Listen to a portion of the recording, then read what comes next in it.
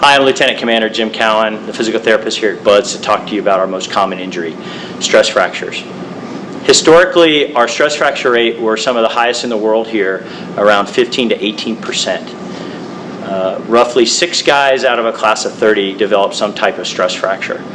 With some prevention strategies that we've been putting in place, we find now that our stress fracture rates are about 4 or 5%, which is acceptable, but I think we can still do better. So I hope to put out some information in this segment on probably our most important prevention strategy, which is preventing stress fractures.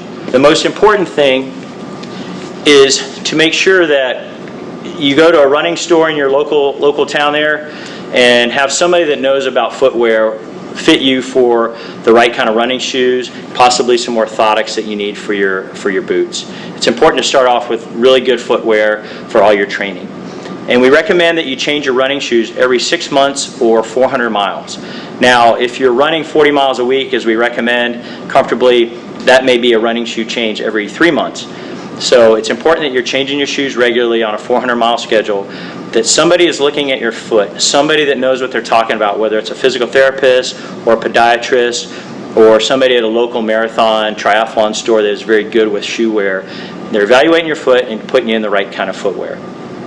Now, we run approximately 45 miles a week here, and all that running mileage is done in boots and pants. I don't recommend that you do 100% of your training in boots and pants, but you should also be doing some familiarization runs in boots and pants to get used to the added weight and how things are a little different in a boot and a pant. The next most important thing beyond proper footwear is calf flexibility. I tell people here all the time that if you were only to do one stretch for me when you came here to BUD/S to prevent a majority of our injury, it would be just a good calf stretch, and you should be doing that 2 or 3 times a day. If you're sitting on the table with your foot pointing straight up, all right, you should be able to pull your toes back about 15 to 20 degrees. That's for normal running biomechanics to happen. If you're extremely tight in your calf muscles and you can't pull your feet back, all right, you compensate by your shin bone. And so that loss of flexibility in your ankle joint because your calf muscles are tight really makes you at a higher risk for stress fracture in the bone, because some way or another your body has to get that 15 to 20 degrees. And you really want it to happen in the joint like it's supposed to be happening instead of your bone making up for it.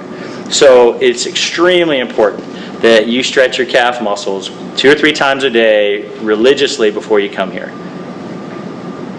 Another thing that we highly recommend, and we've mentioned before, is proper nutrition before you come here for stress fracture prevention.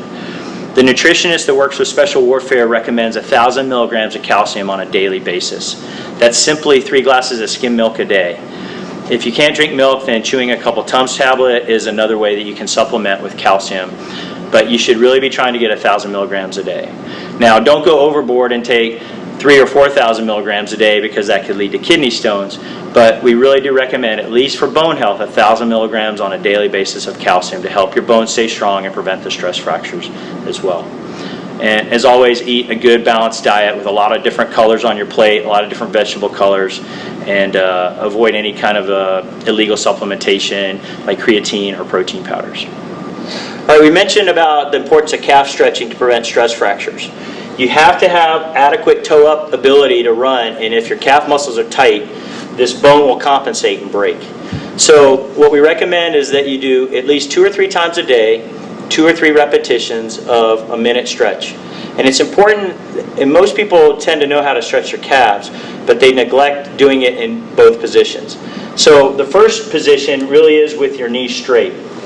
Okay, this gets your true calf muscle that attaches behind your knee, and that's a very good way to stretch it. But also, you need to bend your knee about 30 degrees, all right? And this now gets the muscles that attach below the knee joint, that are the deepest muscles that affect the ankle range of motion as well. And you can see here he has very good calf flexibility, and really you should be able to strive for about a 15 to 20 degree toe-up position like that. So stretching these calf muscles, leg straight, and leg bent position is your goal 2 or 3 times a day. Okay, I want to talk a little bit about the motions that the muscles around your shin bone do, and some of the exercises that you can do to help strengthen the bone and keep it from breaking. So the muscles around your leg do 4 main motions. They point your toes down, right? And that occurs in more your calf muscles. They roll your ankle in. That also involves these backside muscles here. Okay? They pull your toes back, which involves this front lateral portion here. And they pull your ankle to the outside, which involves a few small muscles out here. And so stress fractures occur either because you're ramping your mileage too fast, but also if the muscles around your bone don't have sufficient endurance and strength, it leaves the bone vulnerable to fracture. So one thing that you can work on is trying to work these 4 motions around your shin bone and keep them just as strong as you can through a couple different ideas that I'll show you right now. So if you can go to a local sports store, or if you have access to a physical therapist or any other kind of sports or athletic clinic or even sports store, they should be able to give you some exercise band like this. One thing that we have our students do is to use band for the front-sided strengthening motion, where they can anchor it on and use it to really focus on this anterior lateral compartment right here, pulling back and forth for sets here. And this is very important at BUD/S to keep this strong, both for the running and for the finning requirements. We have a lot of students that have a lot of problems with the strength of this front compartment here in the finning requirements, as well as the running protection of their shin bones. So you can use the band to work the front side, and you can also use the band to work the lateral part,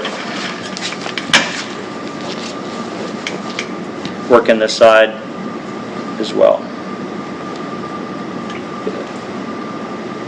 Really focusing on this lateral compartment of the ankle. And this is also a very important muscle for sand running because it helps with unstable striking on unstable ground. And it's also good if you've had a history of ankle sprains to really stabilize the lateral ankle.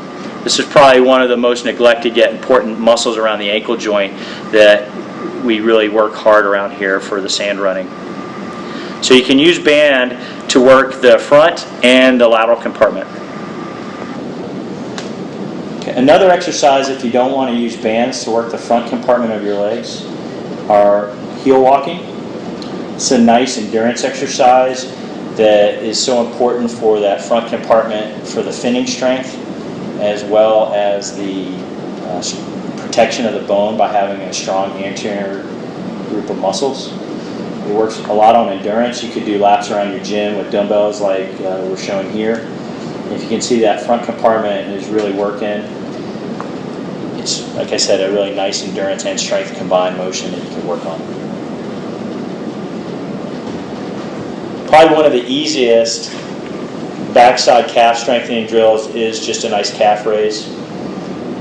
Doing on a slightly elevated platform is a good idea. It really lets you get to the full stretch at the bottom, as well as the strength work at the top.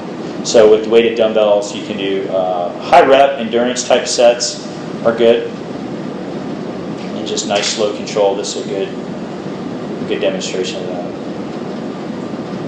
So we've shown you how to work band for the front and side muscles. We've shown you some ideas with dumbbells on how to work the back compartment here with dumbbell raises, as well as heel walking to work a free weight version of that front side of the compartment. So all of these muscle strength exercises for the groups of muscles that surround your shin bone are extremely important to prevent stress fractures. Having strong muscles with a lot of endurance to protect that bone as you slowly ramp up your mileage is your best prevention, as well as having a nice flexible calf muscle group. And hopefully that'll keep you out of our clinic. So the last exercise we're going to talk about here for stress fracture prevention, as well as our knee pain prevention videos, is what we call monster walks here. This works a lot of the lateral hip strength that is very much neglected by guys before they come here, and it becomes a big problem for them. Having a very strong lateral hip muscle group has been shown to help prevent a lot of running knee pain, as well as I feel some of the stress fracture problems that we have here. So once again, using some band around your ankles, and in this case we're using some nice overhead medicine ball work here to simulate his portion of the log. You can start some lateral hip drills. And it's important while you're doing this to really not let your knees collapse inward. The knees stay open while he's doing this. And then at the end, you can actually integrate some squats at the end of the shuffle here. Once again, making sure that your knees stay open and that they don't collapse inward. We're really wanting you to make sure that with your run pattern that your knee strike is much better, so that when it becomes unstable sand here, that your lateral hips are nice and strong.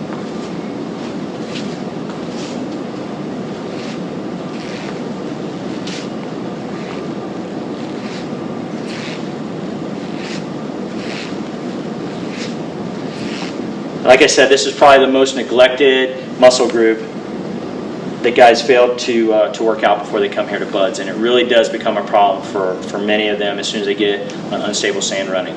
So make sure that you're incorporating some glute medius lateral hip work.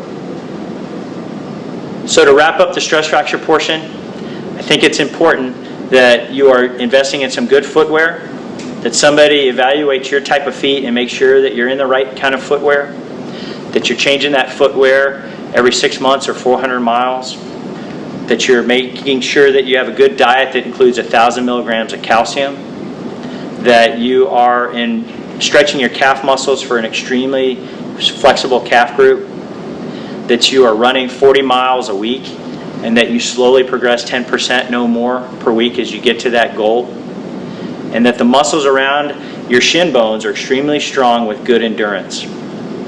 So I'm Lieutenant Commander Jim Cowan, wrapping up here at BUD/S and wishing you good health.